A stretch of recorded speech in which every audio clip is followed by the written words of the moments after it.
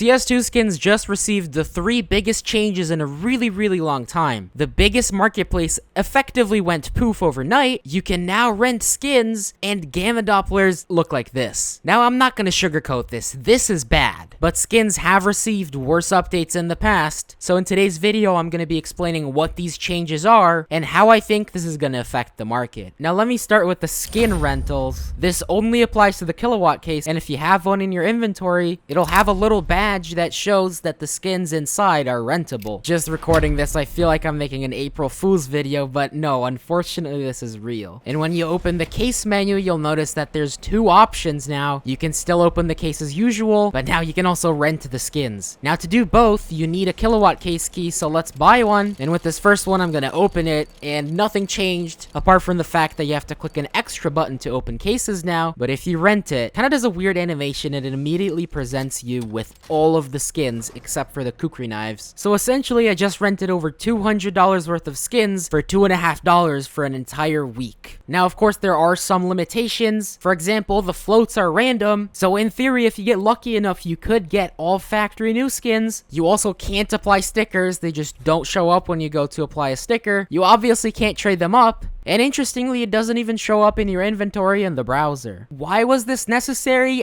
I am unsure. You now essentially have access to all the best new skins for only $10 a month. Are you looking for cheap, low-float skins for trade-ups? Check out today's sponsor, Skins Monkey. It's the most convenient trading bot site where you don't have to overpay for low floats. I found this 0.08 Op Elite build and this 0.09 M4 Tooth Fairy, and the tradable M4 was delivered to my inventory instantly. If you apply code TECHSAVVY, you get a 5% deposit bonus, and you also get a $5 trading bonus when you start trading. Don't worry if you don't have any skins, just head over to Freebies and you'll find 3 giveaways, all the way up to a gut knife gamma Doppler. So use my link in the description to start finding deals on low float skins today. Now, the next and potentially most impactful change that skins received today is the fact that it seems like Buff is shutting down service to everyone outside of China. This morning, I woke up to a bunch of Discord messages of people asking me why they can't sell skins and why they're getting this error message. After a bit of research, I found this on Twitter, stating that you now need either a Chinese bank card or an Alipay account, both of which are inaccessible to people outside of China as far as I know. And I ran a poll on my YouTube channel, and it seems like around 3/4 of you already can't sell any skins on Buff, but from my experience, you can still buy skins from your existing balance without any issues. Now, if this is not obvious at first, this is a massive blow to the CS2 skin economy, because Buff is essentially the backbone of the entire skin system. First of all, it has the largest volume out of any marketplace. It also has features that make buying skins in bulk really convenient, because you can bulk buy skins,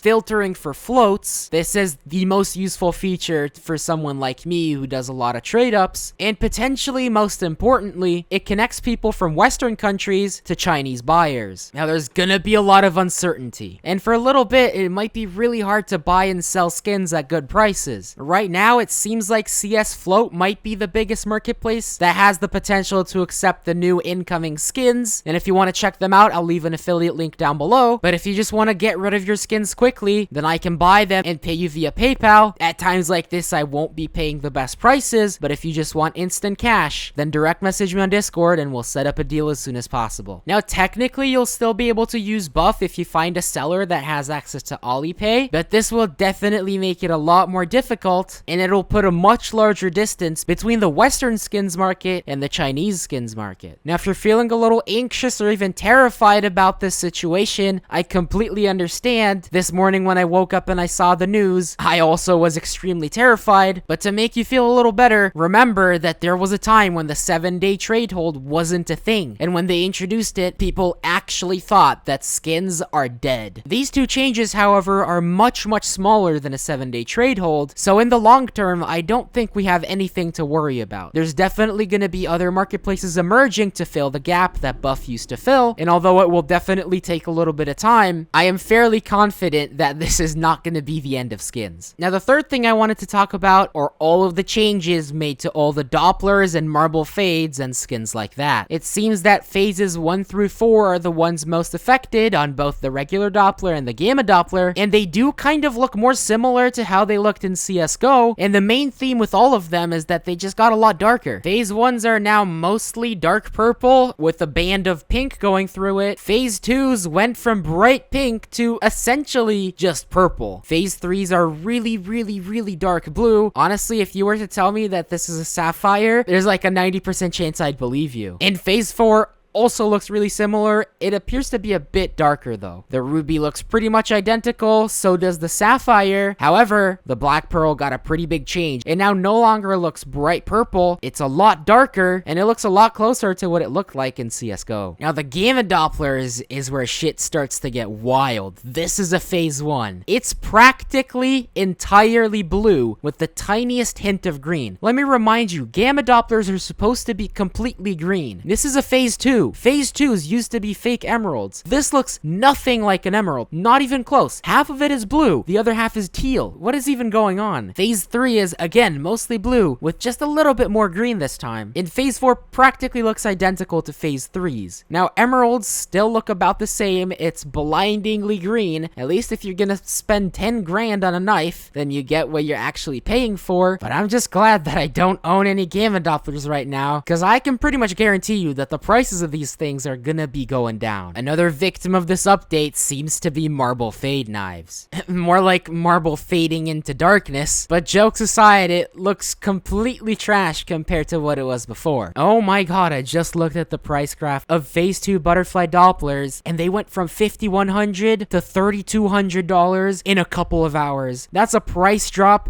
of 40% in less than a day. RIP everyone holding any Dopplers right now, but dude, this is really bad. So yeah, a devastating update from Valve and a devastating update from Buff. Very sad, but we will recover. And if you want to see me go from nothing to a knife just by doing profitable trade ups, then check out this video. Oh, and also chickens.